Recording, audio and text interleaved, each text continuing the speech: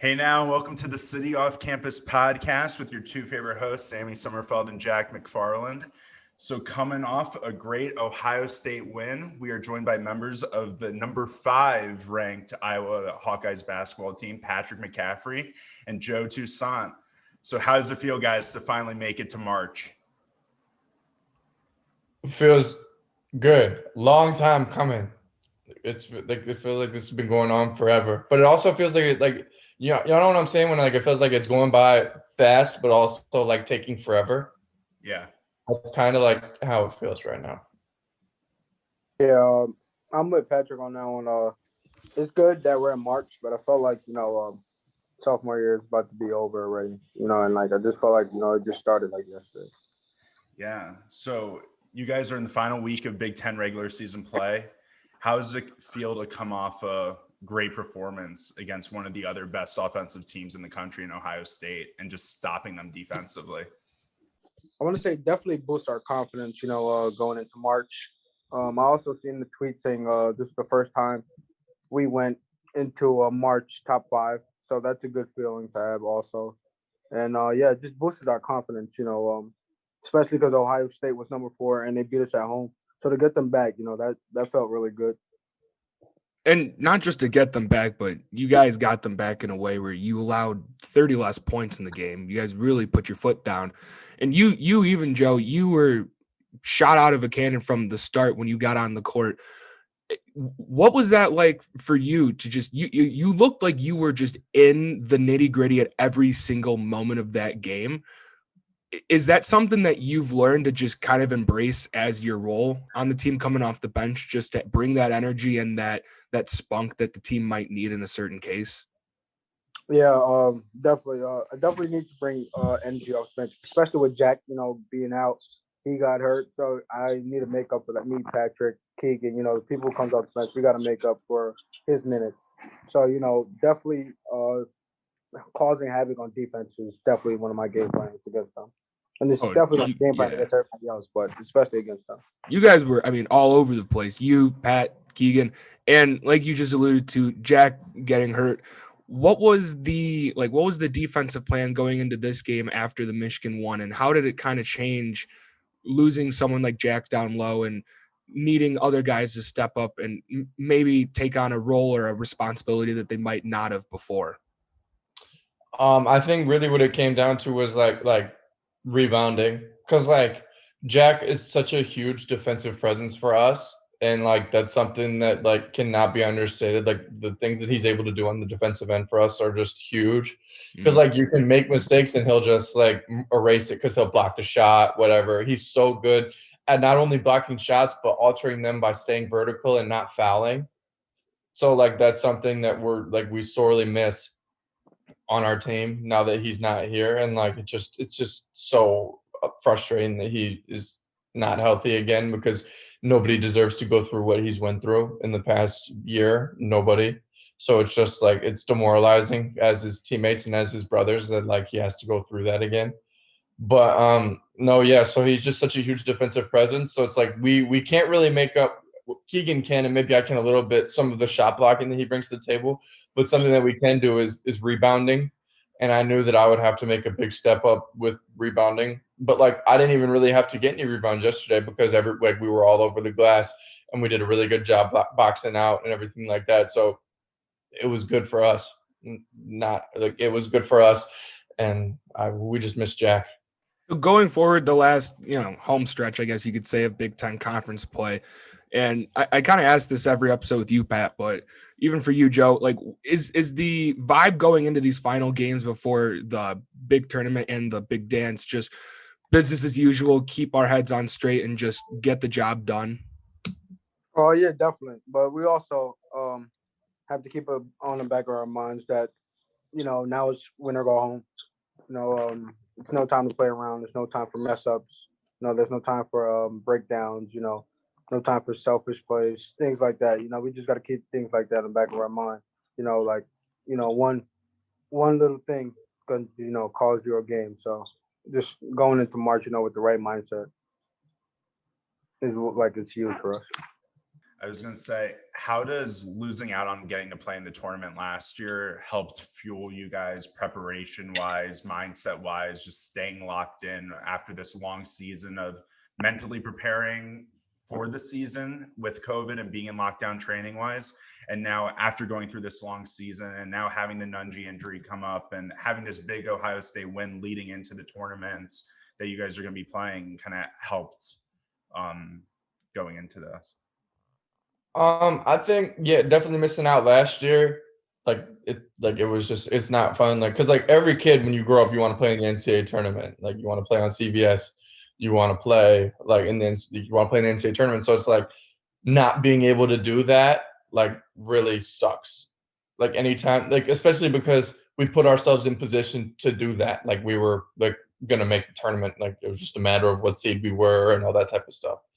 And we felt like we were playing really good basketball going into that point, and we thought that we had a chance to really do something like we thought we had a chance to really make some serious noise. And like I feel like a lot of guys were trending upward like towards the tournament. So it's like it was heartbreaking like for Bakari Evelyn, who was playing his best basketball towards the end of the year, like to have to not be able to show it in March. Like that was really upsetting for me, and I'm sure lots of my other teammates. So yeah, no, definitely had some extra motivation for sure, just of like knowing that like it's not guaranteed, like in that like we have to take advantage of this opportunity and make the most of it and have fun. Yeah, I want to piggyback on Patrick on that. I felt like I was trending upward towards the end of the year. I started hitting more shots. I was playing more confident towards the end of the year, like my last 3 to 4 games of the year. And just to not have the tournament, it was kind of frustrating at first. But like, I talked to my mom, talked to my parents, they tell me everything happens for a reason, and I felt like that just added more fuel to to my fire. And everybody else, Luca was he was sad, Bakari was sad. Like everybody was mad, but I felt like it just, fueled us. It just made us want to, be better, be the best team in the country this year.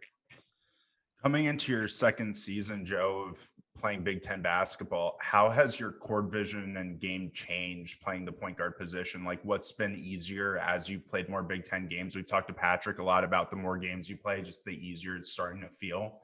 So how has that kind of been for you with the evolution of your game as a college player? Well, this year the game just slowed down, like a tremendous amount. Last year, everything I used to just, fly down the court, fly back, but this year, my assistant coach Sprue, he always says, every possession counts, and that really matters, especially in March.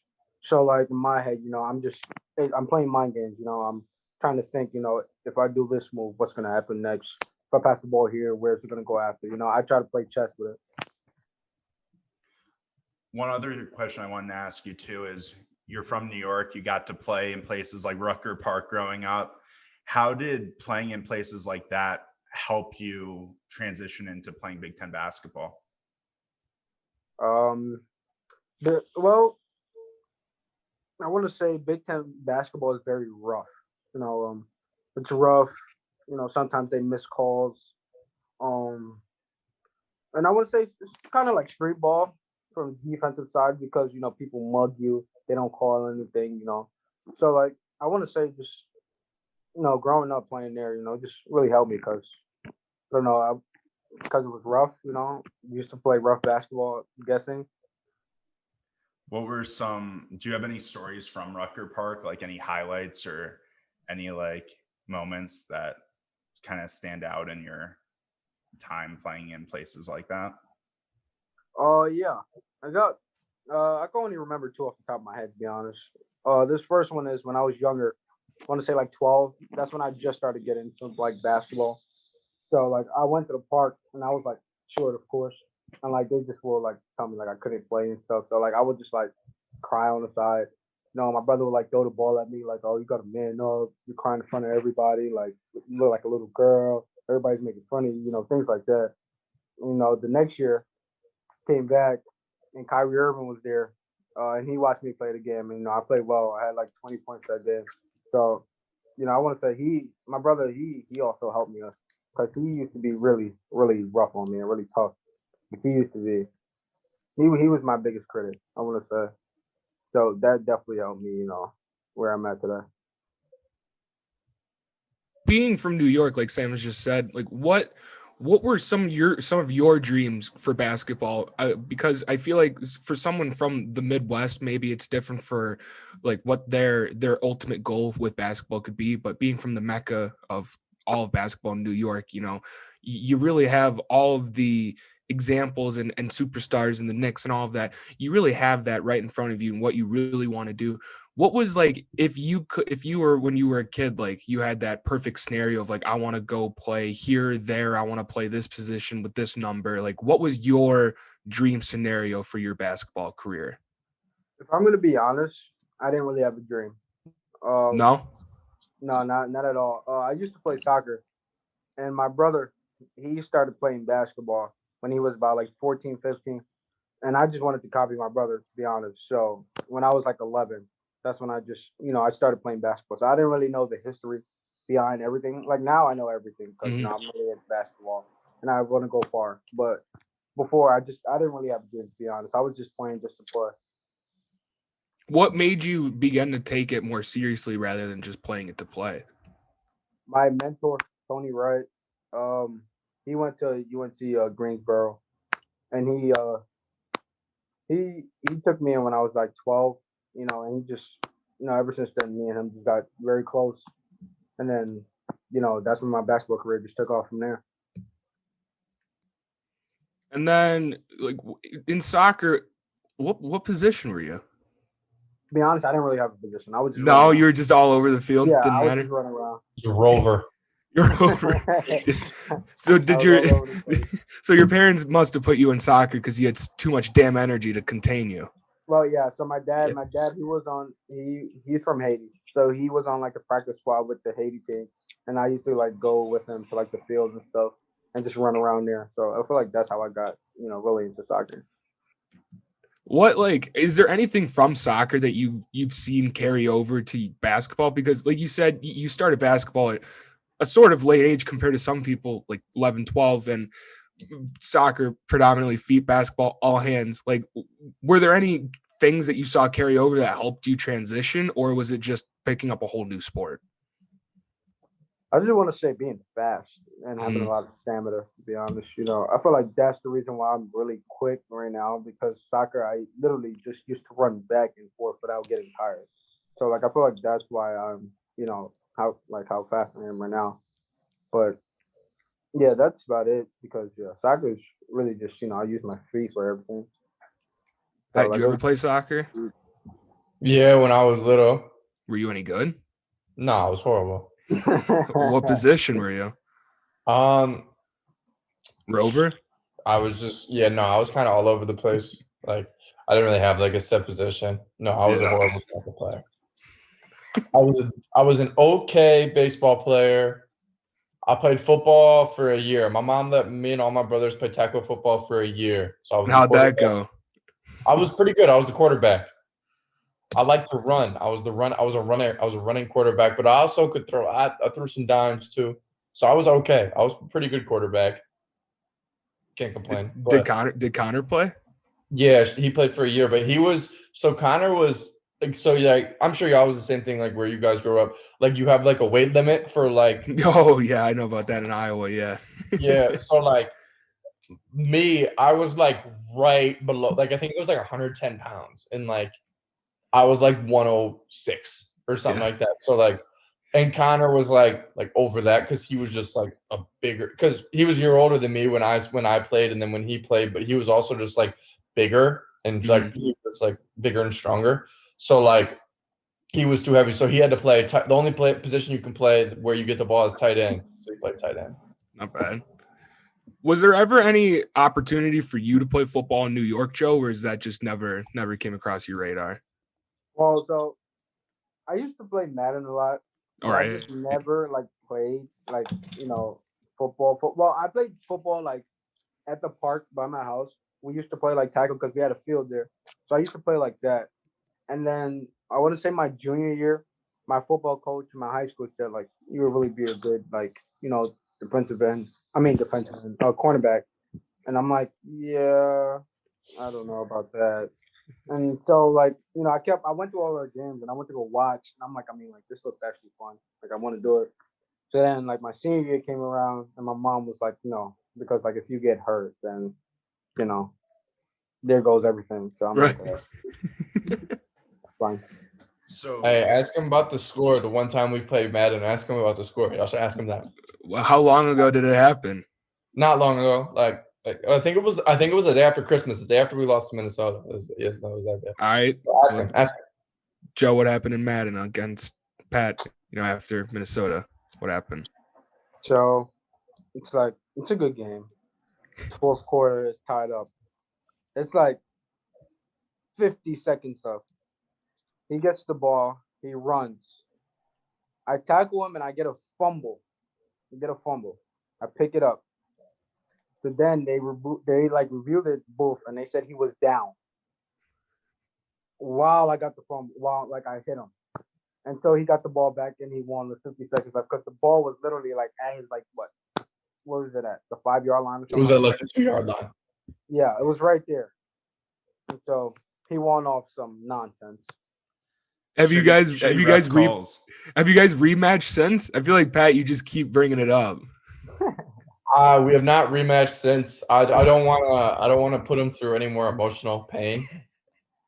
That's probably why we haven't rematched since. How kind of you. Do you guys only play Madden, or is there other things you guys do? I beat him in 2K too. All right. So is this just 2K was a really fluky way that I won. I have the ball side out of bounds with like 0.3 seconds. And I throw a lob to Victor Oladipo and he lays it in. And we haven't really even played like that. Like we haven't played that many 2K games. So I beat him in that 2K game. I beat him in Madden. We haven't really played against each other very often. No, yeah, I threw him alley-oop on the side out of bounds with like 0.3 seconds, and he dunked it, so I won. So you guys are obviously good friends, and you're in the same recruiting class. So can you tell us a little bit about like when you guys first met each other, and a little bit about like your relationship? Just whether it was from Joe, you looking at Iowa, and you guys just kind of talking then, or when you first showed up on campus. Kind of take us a little bit inside of that. Yeah. So we actually met at a camp.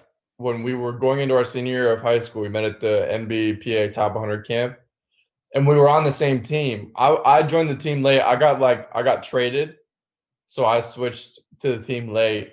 How'd that feel? Hold on. How'd that feel getting traded right away? No, it was good because my team before was horrible. So I got off that team. I don't even know why I don't know why they moved me, but we were so bad. Like we were literally so bad. We lost by like 1,000 every game. We were so bad. So I got moved to Joe's team like the second to last day. And like to be honest, I don't think I said a word to him. I really don't. Like I didn't talk to him at all. But like I knew who he was. And then I think my dad told me that like they started recruiting him or whatever. So I like followed him on Twitter. He followed me back and I DM'd him and I was like, yo, like what's good? And then he sent me his number. And then we started texting, and then ever since then, like it was just like he came on his visit, and we got close. Like we just were hanging out and stuff a lot. So that was cool. But then and then he went back home. Obviously, he committed, and then he went back home. And then like once he came in the summer, it was it really just because like we lived in the dorm together. Like we were just together 24/7. Now we live in the apartment together. We're still together 24/7. So it's just like we just grew really close. Yeah, I want to say like. I mean, to be honest, once I got on camp, it was just like, I don't know, we just gel like really well together, and then just ever since then, I just, like I see him every day, he sees me every day. We literally, like, there's not one day we don't see each other. Unless, like, I'm out the state, like, back home or something. I get so sick of seeing him. Oh, I'm sure. Isn't it? I think the saying is like, you really learn how much you like someone once you live with them, right? Yeah. And I hate this guy. So for you both, this is a question for both of you. How would you describe each other in 3 words? Whether it's living together, just everything, personality-wise, living habits, whatever. How would you describe each other? I got one for him. Really, really slow. I want to say something right now, but I can't say it. Say it. Who's stopping you? No, all right. 3 words. Loud, funny.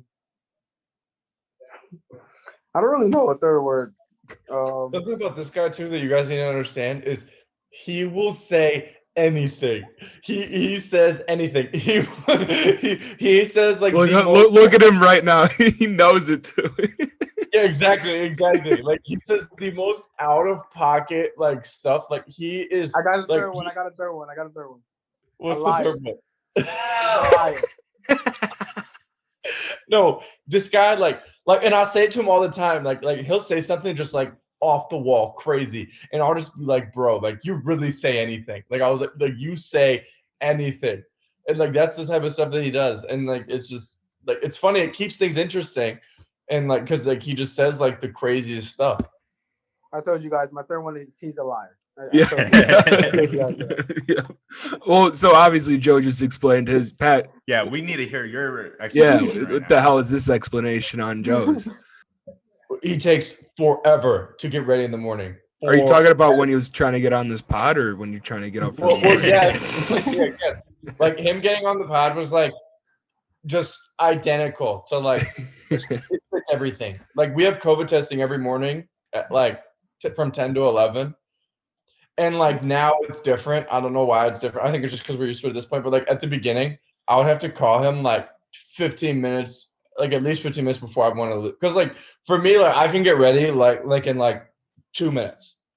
Like I literally get up, brush my teeth, throw on clothes, and walk out the door. Like I really don't care. I don't know what he does that takes him so long, but like I have to give him like a 15 to 20 minute like advance on like when like I want to leave, or I used to. Not as much anymore. He's gotten better, but like at the beginning of the year, like it'd have to be like a 15, 20 minute advance on when I would have wanted to leave, and then he would maybe be ready. All right, Yeah, can I you- say my side now? Can I tell my Yes, side? of course. That's I was about to say. So my problem is I can't get out of bed. Like once he calls me or like texts me, I cannot just roll out of bed. Like I don't know how he does it. Like props to him, like kudos to him. I can't though. Thank you. I appreciate that. Like when he texts me, like I look at my phone and he's like, all right, let's go. And I'm like, all right. And I just put my phone down and like just try to lay down for like 3 more minutes. And then when I get up, I'm just so tired. So I just stand there for like another 2 minutes. Then I go to the bathroom, I turn the water on, just stand there for like another 2 minutes. Then I brush my teeth for like 2 minutes. Then I get out the bathroom. I just stand there for like a minute. Then I go get dressed, and then that's when I leave. I just need a lot of time to like. I say this to him all the time. I'm like, bro, like you're the fastest person like in basketball that I've ever seen in my life. But like everything else like that you do is just incredibly slow. So it's like I don't like, is it like some sort of balancing act? I don't know. But like he's so fast on the court, and then just with everything else, he just takes forever. Jack, should we tell them from our last pod that we did our all NBA All-Star lineups and see which one they think is better? We have a poll going right now, but I think I hold won on. this one. You read yours. Let me pull my. I need to grab my paper. You read yours. Okay. Just do the starters because the bench. Yeah, is, I'm doing starters. Why go into bench? It's irrelevant. I have Zach LaVine. That's why it's relevant. Stop. So here are my starters. I think I'm unbeatable. So I have LeBron, I have Giannis, I have Steph, I have Bradley Beal, and I have Embiid. Wow. Incredible, right? You might be unbeatable. Okay, hold on. Thank you. Let me give my 2 cents. All right. Two of his players don't even have Instagram. That just shows how freaking How locked in we are, irrelevant they Sam. Shows up how how irrelevant locked you in. are. All right. At the 1, we got Kyrie or Luka. Choosing. Okay. Luka or Kyrie. The 3, we have Kawhi, 4 KD, and 5 Jokic. Wow. I mean, both those teams are OD. And I'm not just gonna say look, we said we weren't gonna say reserves, but I said one, I'm gonna say the other. I have Zach LaVine and I have AD. So that's AD's hurt. Don't even go into that. No, gave you that. I don't care. You're like I don't we do care. injured I'll make him players, and I come gave that back. to you out I'll of pity. make him come back. I don't give a shit. We're winning this thing. Make So- him come back. You can't do that. Who do you pick? I put a poll out on Instagram. Only 4 people pick Jack's team. Everybody's picking mine. It's 'cause everybody They're knows afraid what's not good. to take the popular names, which I understand. I wouldn't take the sexy names when I see them, but I know winners when I see them, and my team's full of winners. The thing is, Embiid is hooping. Yeah, no, he's different. He's on a different level. The thing is, so is Jokic. Like, Yeah, and we're just gonna sit here and say Luka can't drop a step back 3 whenever he wants. yeah, but the thing that we haven't discussed yet, Sammy has the king. Thank you. Yes, he And does. Giannis has on the one king. team. Yeah, no, he has the king. The king is always the deciding factor for me. For So me. for that, Yeah. I choose Sammy's team All right. just because he has the king. Let's I'm gonna go. have to go with Sammy on this one. Sorry. No, it's fine. No, I get it. Obviously, LeBron is the deal breaker for a lot of people nowadays. I don't have Giannis either, so, and I don't have Embiid either, so I mean, who would ever pick my team for God's sake? Well, you do have KD, but Oh yeah, but, no, I have KD. It's slight, and Kawhi, slight. Kawhi. but the king outweighs all to me. I agree. I agree. So, Joe, being a guy from New York, are you a Knicks fan or are you a Nets fan or Yeah, no, he loves the Knicks. no? But Who's the your Knicks team? are like all right now. I don't know how Well, you could shake your head at Can I that. say something real quick? Remember when Patrick said, "I say anything"? Yes. Yeah. Did Oh, you hear well, what he said just now? Oh, I hate the Knicks are horrible. They are really bad. And like now, I'm not a Nets fan, but I can go watch a Knicks game now, and enjoy it. But like I'm a LeBron fan, so like wherever LeBron goes, I'm a LeBron fan. So Okay. Fair enough. hold on, I have one. Okay. This just came off the top of my head. This is for both of you. So for whichever like position you predominantly play right now, or like the role you have, what NBA player did you like grow up, both of you watching and say like, not that like I want to model my game after him, but I want to like follow him and like idolize him in essence? For me, I would say I would say there's a couple for me. I would say for like the first one, like just growing up, like I play like I'm similar size or whatever. Well, not weight wise, but like similar size like LeBron. So Yeah, like you when look like LeBron. Yeah. Yeah. not at all. I said I don't look like LeBron, but like I would say like just because we're both like tall guards ish, like sort of thing. You're getting the beard too. Yeah, exactly. And then so then LeBron, and then also like KD, like just because like he's just a scorer, and then and he plays my position. KD is more so my position than LeBron is. And then like for the last one, I would say probably Giannis because what he does like in transition and like the dunks and stuff. So I would say those are my three. Before Joe goes, I just have to ask this question. Are you growing out a March Madness beard? Is it going to be like a playoff beard? Bro, to be honest, like I'm just lazy. Like that's really what it is. Like I just don't want to go shave. So like Oh, and Joe's the slow one to do things, and you're the one that you're refusing to shave your chin. hey, I don't want to shave. That doesn't make me slow because I don't want to shave. Joe is very slow. I don't know. He might be shaving. He might shave like for an hour every day. I don't know. But no, I don't. So like with the beard, like I'm just kind of rolling with it right now. Like it might get there. It might not. Probably not. Like I would, if I was gonna bet money, I would bet money on not. But like you never know. I mean, you are winning with it. That's what I will say. That's a fact. So I might have to keep it going. What about you, Joe? to be honest, I don't know what I'm doing. To be honest with you, I don't know. Go to the barber. He says, "Do you want me to cut it off?" And it's like a game time decision. I'm like, yeah. And sometimes I'm like, no. I've been saying no for the past like month, but I might say yeah next time. Who knows? No, Joe, I get it, like your beard, but I'm asking about like the player as well, like that you were looking up to. Oh, I want to say, I definitely want to say Kemba Walker because he was. I could he's see from- that. Yeah. He's from the Bronx as well. He's like his house is like his apartment is like 15 minutes away from mine, maybe less. I used to play at the park he used to be at all the time when he was younger, and I just I had a lot of people talk to me about like just seeing some resemblance from me to him in high school, and I just watched him a lot. I watched him when he was at UConn. I watched the documentary more than like 10 times. I watched all his highlights all the time. So it's definitely Kemba Walker.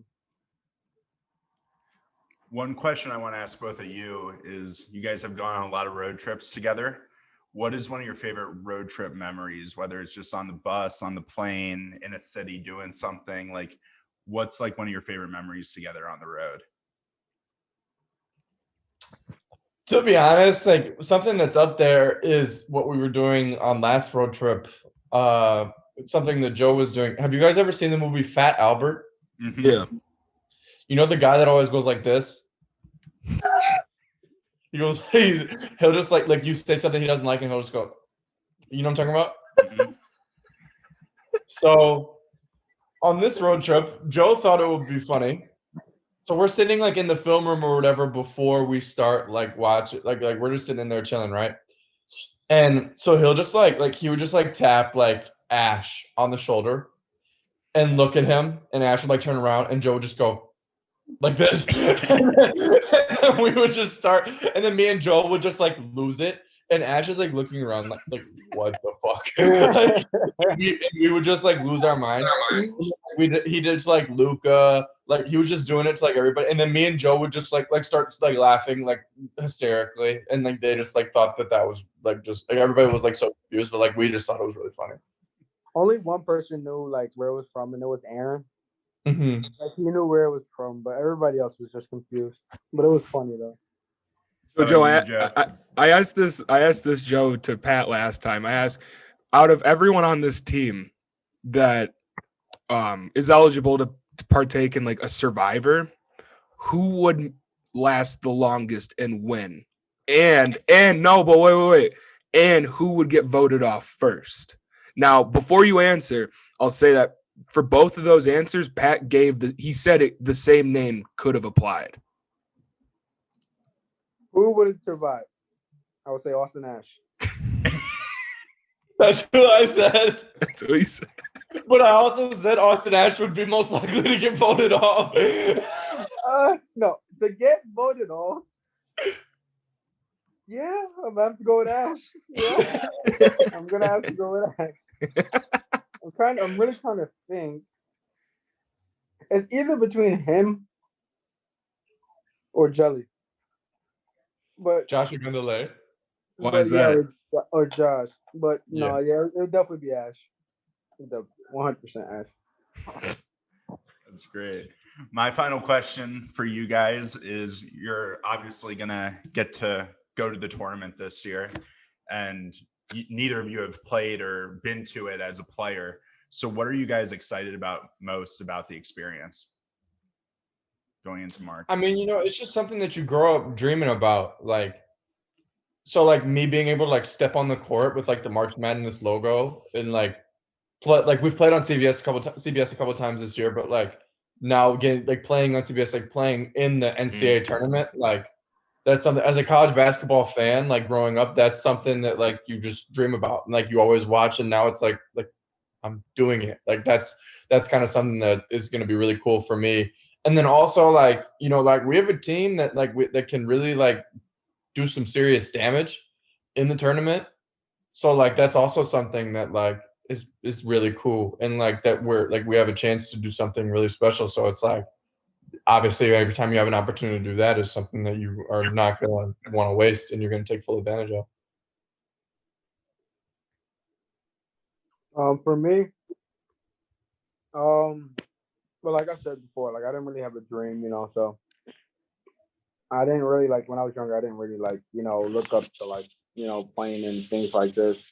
But like as I got older, I started watching more basketball, and I know how important this is, for me, and just all my teammates.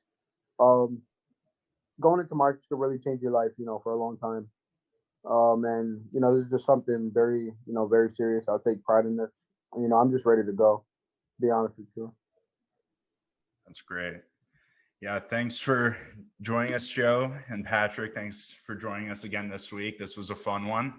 I think this is a good podcast for Hawks fans going into the final week of the season, just to hear from you guys and, get excited for what's to come. And I'm wondering where Jack went before we. What? I was just putting my winning lineup down. That's all.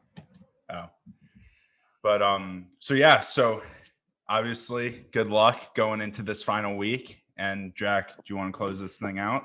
Yeah, just to reiterate what Sam said. Good luck to you guys. Kick ass, and I'm sure everyone's gonna be damn excited to hear this. So I really appreciate you guys coming on.